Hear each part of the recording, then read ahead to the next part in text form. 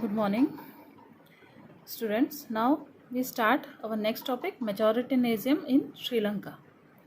Sri Lanka emerged as an independent country in 1948. Underline the main dates or main terms while reading the book. So this will help you in attending question papers in exams.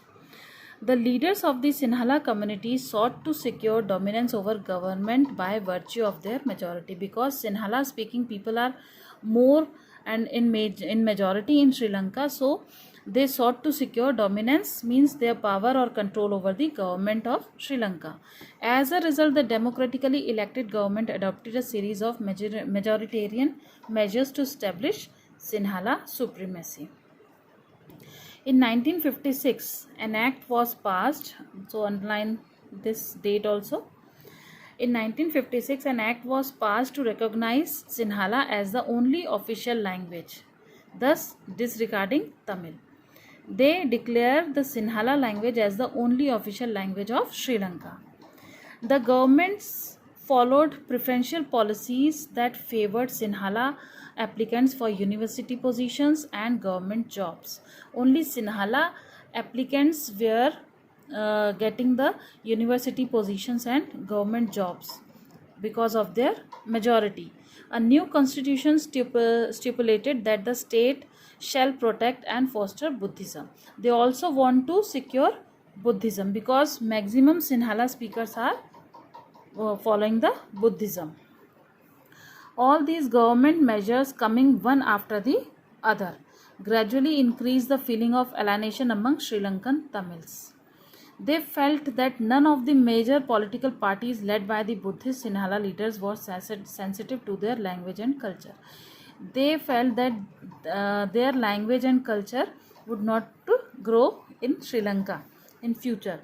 They felt that the constitution and government policies denied them equal political rights.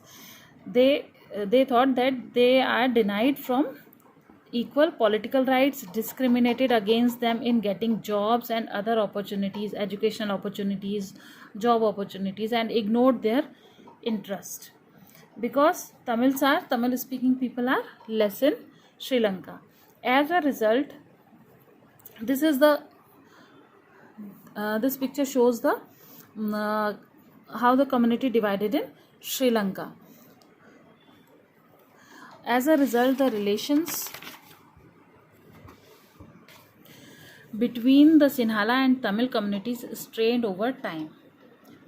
They get conflict, civil war in Sri Lanka. The Sri Lankan Tamils launched parties and struggles for the recognition of Tamil as an official language, for regional autonomy and equality of opportunity in securing education and jobs. They also want equal opportunities of getting jobs and education and other facilities. So they organize parties and struggle for recognition. But the demand for more autonomy to provinces populated by the Tamils was repeatedly denied. But all their efforts were denied by the Sinhala government.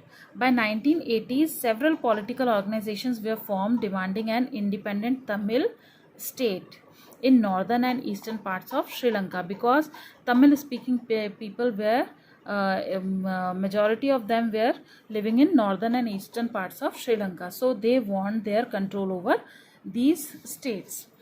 The distrust between the two communities turned into widespread conflict. It soon turned into a civil war. As a result, thousands of people of both the communities have been killed, many families were forced to leave the country as refugees, and many more lost their livelihoods. Due to this civil war, which was started among two groups in Sri Lanka, all this happens. Sri Lanka's excellent record of economic development, education and health, but the civil war has caused a terrible setback to the social, cultural and economic life of the country. Yes, due to civil war, all this come into end. It ended in 2009. The civil war was ended in 2009. So this was the case of Sri Lanka. Now come to Belgium. Accommodation in Belgium. Belgium government took better steps in forming their government to give equal opportunities to their Dutch speaking and French speaking and German speaking people within the country. So let us read. The Belgian leaders took a different path. They took different path. They recognized the existence of regional differences and cultural diversities because they know that peoples have differences in their cultural and regional measures. Between 1970 and 1993, they amended their constitution 4 times so as to work out an arrangement that they would enable everyone to live together within the same country. They don't want any conflict among their people, among Dutch, French and German people. So they made 4 amendments to create a better, to find out a better way. The arrangement they worked out is different from any other country and is very innovative. So these are the forms of what the arrangements what they have done. First is, constitution prescribes that the number of Dutch and French speaking ministers shall be equal in the central government. Yes, this is very good measure. Constitution prescribes that the number of Dutch and French speaking, because these are the two majorities of Belgium, so they make equal contribution in central government. Some special laws require the support of majority of members from each linguistic group. Thus, no single community can make decisions unilaterally. No single community means only Dutch people cannot make any decisions or only French people cannot make any decisions in the country. Second, many powers of the central government have been given to the state governments of the 2 regions of the country, where French people are living more, where Dutch people are living. They have the state government. The state government have also some powers for their state. The state governments are not subordinate to the central government, so they are giving independent powers set to the state government. Brussels has a separate government because it is a center. Brussels was the capital city of Belgium, so it has a separate government in which both the communities have equal representation. Just like in our country, in Delhi we have central government, Brussels has a separate government in which both the communities have equal representation. The French speaking people accepted equal representation in Brussels because the Dutch speaking community has accepted equal representation in central government. Because in Brussels, what we studied, Dutch people are less than French people, but in other parts of Belgium, Dutch people are more in number than French people, but they both accept this equal representation in central and state government. Apart from the central and the state government, there is a third kind of government. This is community government, which is elected by people belonging to one language community, Dutch, French and German.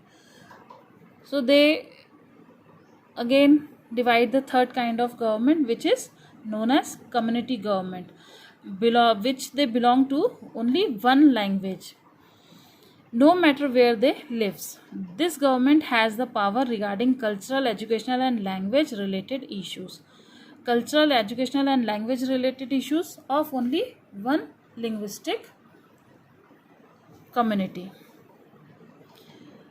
It indeed is very complicated. This type of formation of government is very complicated, but it is more beneficial for the people of the country. But these arrangements have worked so well so far. They helped to avoid civic strife between the two major communities and a possible division of the country on linguistic lines. They done this work very easily because they done this on central, state and linguistic basis. When many countries of Europe came together to form the European Union, Brussels was chosen as its headquarters because all likes their way of government.